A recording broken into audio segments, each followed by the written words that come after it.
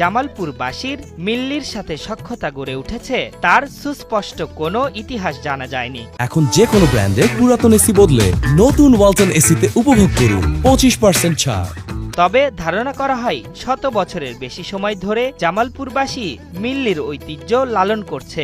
এই খাবারটি দেখতে অনেকটা হালিমের মতো, তবে খেতে অন্যরকম এবং অনেক সুস্বাদু। মিল্লি ভাতটা হচ্ছে আমাদের ট্রেডিশনাল খাবার জামালপুরের। তো এখানে হচ্ছে জামালপুরের সবাইকে একসাথে করা হয়েছে, মিলন মেলা একটা আয়োজন করা হয়েছে এবং মিল্লি ভাতে আছে গরুর মাংস, চালের গুঁড়া এবং বিভিন্ন মশলার মিক্সচারে করা আছে। নিজেদের পুরনো ঐতিহ্য ধরে রাখতেই এই মিল্লি ভাতের আয়োজন। অন্যান্য খাবার তৈরির মতো মিল্লি ভাত তৈরিতে এত খরচ হয় না, খেতেও অনেক সুস্বাদু। তাই ঐতিহ্যবাহী এই খাবারকে জামালপুর ছাড়িয়ে সারা দেশে ছড়িয়ে দেওয়াই তাদের উদ্দেশ্য।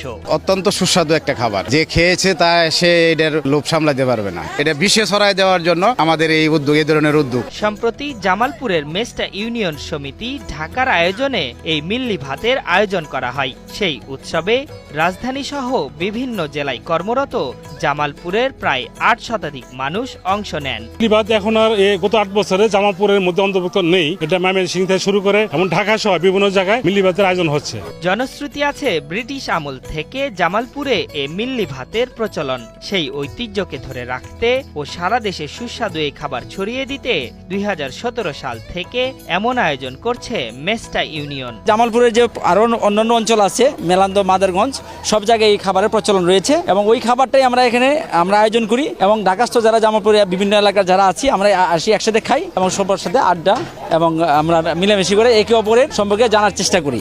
মিল্লি ভাতের আয়োজন শেষে মনোজ্ঞ সাংস্কৃতিক অনুষ্ঠান অনুষ্ঠিত হয়। এই অনুষ্ঠানে জামালপুরের সন্তান ক্লোজ আপ তারকা নোলক বাবু সহ অনেক শিল্পী গান পরিবেশন করেন।